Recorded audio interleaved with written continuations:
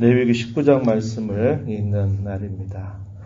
우리가 앞부분에 쭉 읽었던 제사법에 관계된 것이라든지 정결법에 대한 것은 우리가 하나님 앞에 반드시 나아가려고 할 때 어떠한 것을 준비해야 되고 삶에 있어서 어떤 부분들을 주의해야 될 것인가에 대한 말씀이라고 볼 수 있다면, 그 이후에 18장 이후로부터 쭉 우리가 읽어가는 이 레위기 말씀의 내용은 우리가 어떻게 하나님과 일상 속에서 교제하는 삶을 살까, 또 다르게는 우리가 어떻게 하면 하나님과 동행하는 삶을 살까라고 말할 때 그에 대한 다양한 말씀들을 기록해 주고 있습니다.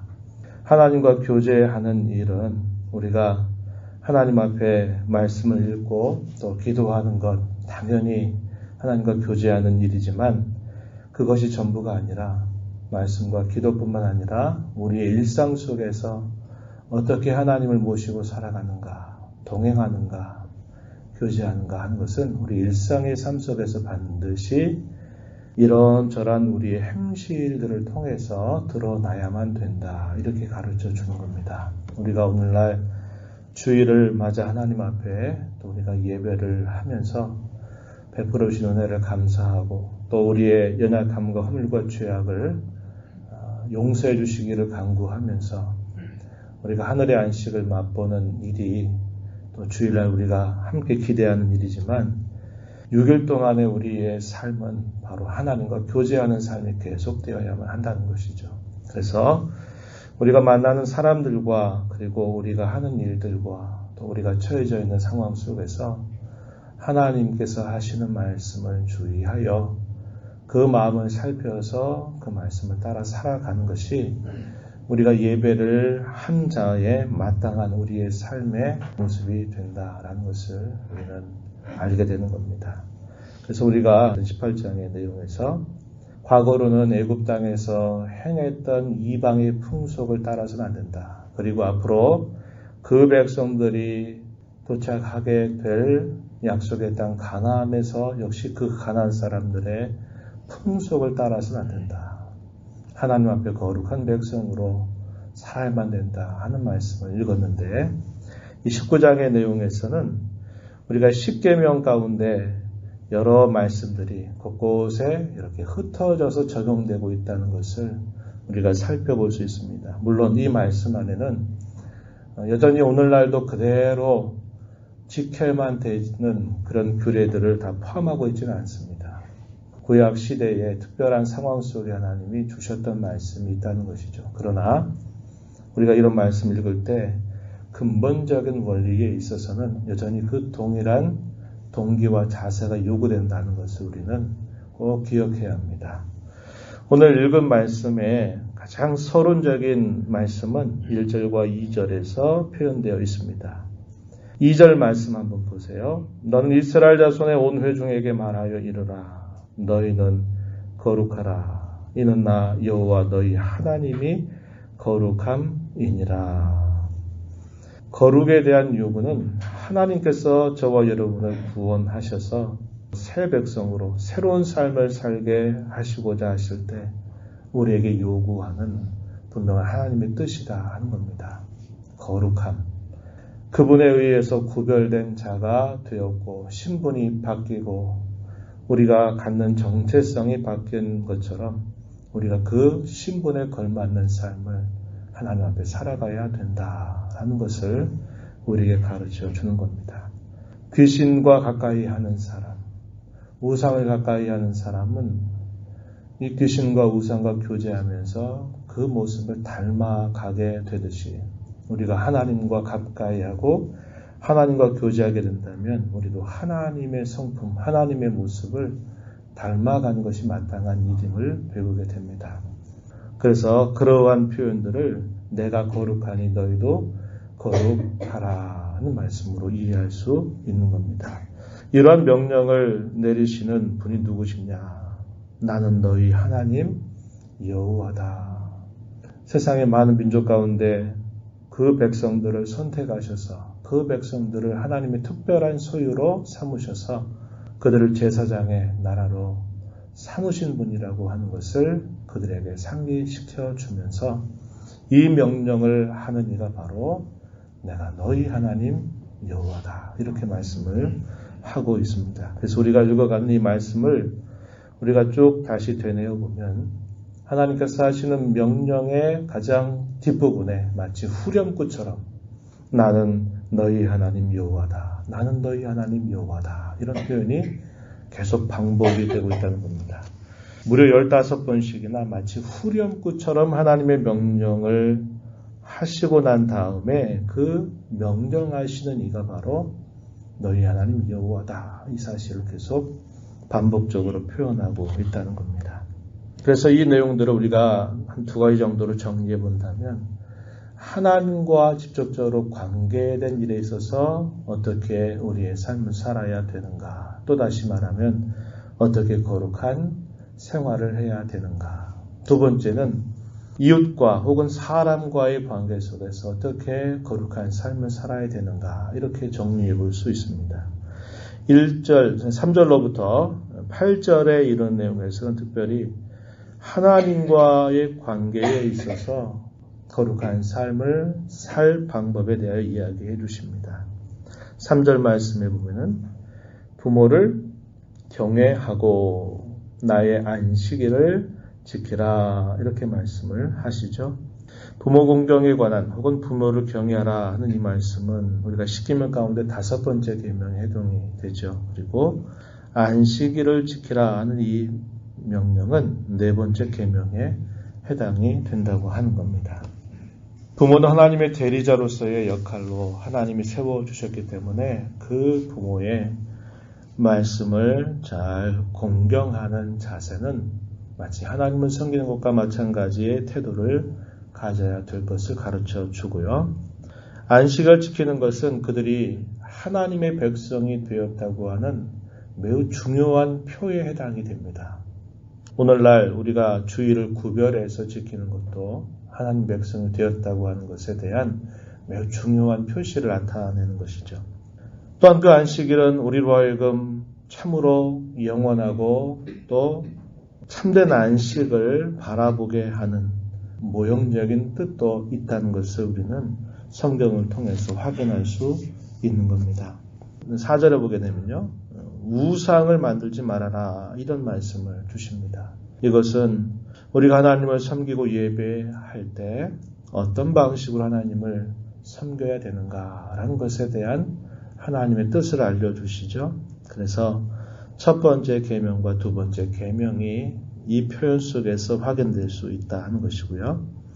화목제 제물에 대한 특별한 규정을 또다시 설명해 주시는데 5절로부터 8절에 보게 되면 화목 제사를 드리고 난 다음에 그 제물을 처리하는 일에 있어서도 끝까지 그 모든 명령을 다 따라야만 될 것을 가르쳐 줍니다. 그래서 우리가 하나님을 섬기는 일은 단순히 목적만, 동기만 올바르다 그래서 되는 것이 아니라 그것이 진행되는 절차나 방법, 과정, 그리고 그것이 끝나는 모든 시점까지 온전히 하나님의 뜻에 부합해야 된다라는 것을 가르쳐 주는 겁니다. 항상 어떤 일들을 할 때도 중요하지만 우리 사람은 어떤 일을 하고 난 다음에 금방 우리의 마음이 돌아서게 될 때가 많은 거죠. 그것을 우리는 조심해야 된다고 하는 겁니다. 예배를 마치면 다 끝이 아니라 예배를 마치고 난 다음 내가 어떻게 말하고 행동하는가 하는 것이 그 예배를 하나님 기쁘시게 받으시느냐 그렇지 않느냐 하는 것을 결정하는 중요한 기준이 되기도 한다는 겁니다. 예배 잘했다고 말하고 예배 후에 하나님 기뻐하시지 않는 말이나 행동들을 하는 것은 그 예배가 하나님 앞에 연락될 수 없다는 것을 보여주는 것이죠. 그러한 말씀들을 주시고요. 그리고 9절 이하로부터 길게 주어지는 말씀 속에서는 이웃들에 대한 어떠한 태도를 가지고 살아야 될까 하는 말씀을 주시게 되는데 9절에 보면은 가난한 자들을 위한 배려 또 타국인들에 대한 배려에 대한 말씀을 주고 계십니다. 그 말씀이 어떤 내용이냐? 곡식을 거두게 될 때 떨어진 곡식이라든지 또 귀퉁 위에 있는 그런 곡식들은 일부러 내버려 두라고 이야기합니다. 왜 그럴까요? 그들의 양식이 되도록 배려하라고 하는 겁니다. 하나님의 백성들은 여유롭고 넉넉한 마음을 가지고 이웃을 대하는 자세를 가져야 된다. 이것을 하나님의 뜻으로 알려주고 있습니다. 11절과 12절로 가서 보면요. 도둑질하지 말아라. 제 8번째 계명을 설명하고요.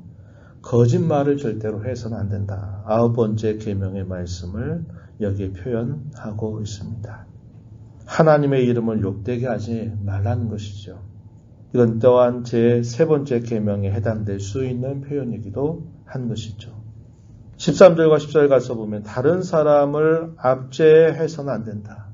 그들에게 마땅히 주어야 할 품삯을 그날에 주지 않고 그것을 일부러 미룬다든지 이런 일도 해서는 안 된다.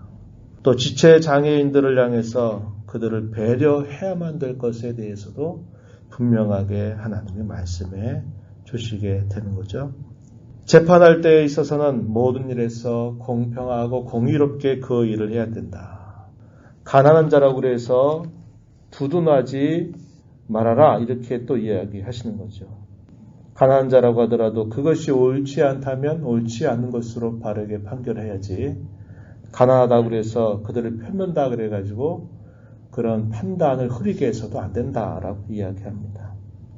15절 한번 보세요. 너희는 재판할 때 불의를 행하지 말며 가난한 자의 편을 들지 말며 세력 있는 자라고 두둔하지 말고 공의로 사람을 재판할 것이다. 이렇게 이야기하셔서 하나님은 우리 성도들이 살아가는 삶 속에서 공의롭고 정의로운 삶, 또 많은 사람들을 배려하고 그들을 넉넉한 마음으로 대하며 살아가는 자세를 가져야 될 것을 가르쳐 주고 있습니다.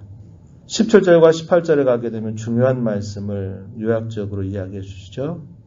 이웃 사랑하기를 내 몸과 같이 하라. 십계명의 큰 내용을 2가지로 이야기할 때 하나님을 사랑하라, 내 이웃을 내 몸과 같이 사랑하라 하신 그 말씀을 우리가 기억하는데요. 이웃을 내 몸과 같이 사랑하라 하는 이 표현이 레위기 19장 18절에 표현되어 있죠. 내 이웃 사랑하기를 내 자신과 같이 사랑하라 이런 표현을 하고 계십니다. 이하 19절로부터 36절까지의 내용에 보면은 그들의 삶 속에서도 분명하게 구별할 것을 말씀하시는데 육축이라든지 채소 종자를 뿌릴 때 섞어서 그것을 뿌리지 말아라. 옷을 만들 때도 그것을 2종류 이상을 섞어서 만들지 말아라.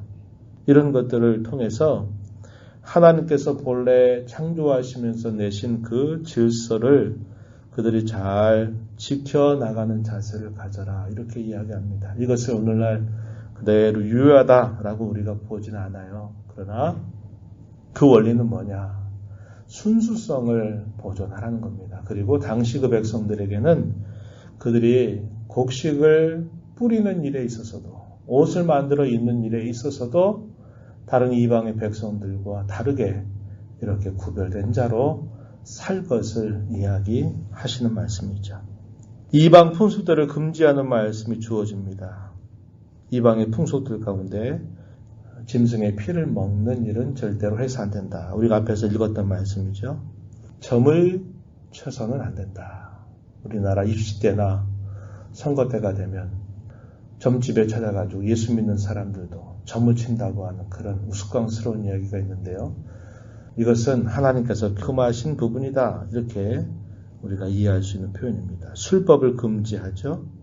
또 자신의 신체를 종교적인 이유나 또 아니면 장래와 관계된 일들로 인해서 몸에 문신을 새기는 것조차도 하지 말아라. 이렇게 이야기하시는 겁니다. 그 당시에 바알을 섬겼던 제사장들의 제사 모습에 그런 것들이 반영이 되었기 때문에 이방의 제사와 구별하기 위한 분명한 조치였다고 하는 겁니다.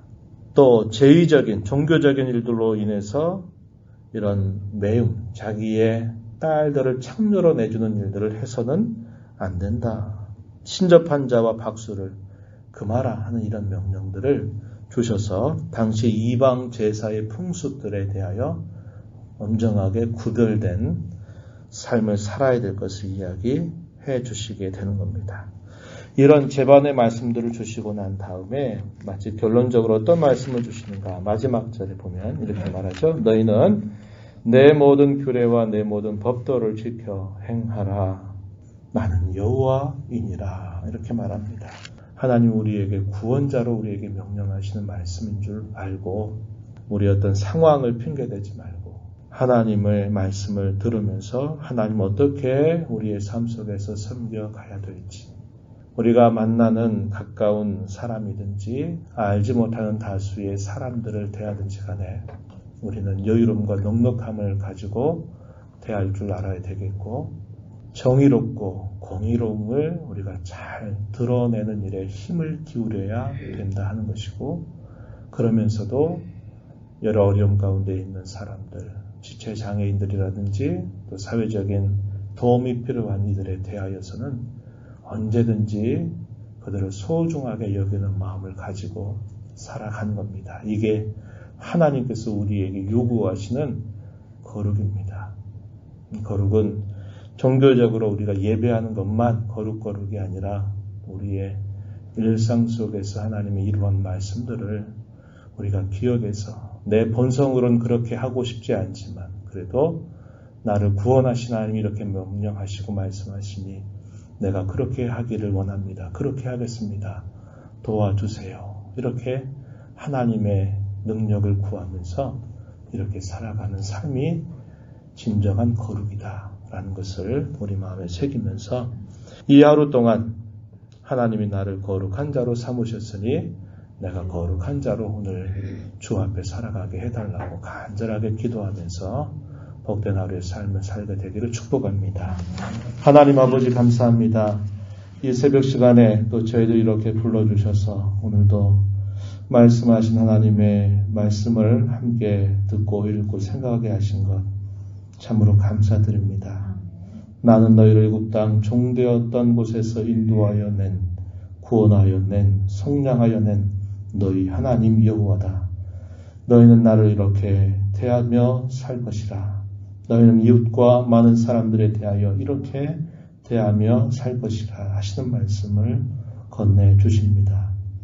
오늘 저희들에게 구원의 값진 은혜를 베풀어 주셔서 우리 하나님이 되시며 우리의 삶을 지키시고 인도하시고 보호하시며 우리에게 약속한 모든 것을 이루어 주실 하나님의 일하심을 신뢰하며 주께서 저희들에게 주신 이 말씀을 가슴에 새겨서 하나님을 사랑하고 이웃을 사랑하고 배려하고 공의와 공평을 늘 추구하며 살아가는 복된 삶, 귀한 삶이 되도록 도와주시며 인도하여 주시옵소서.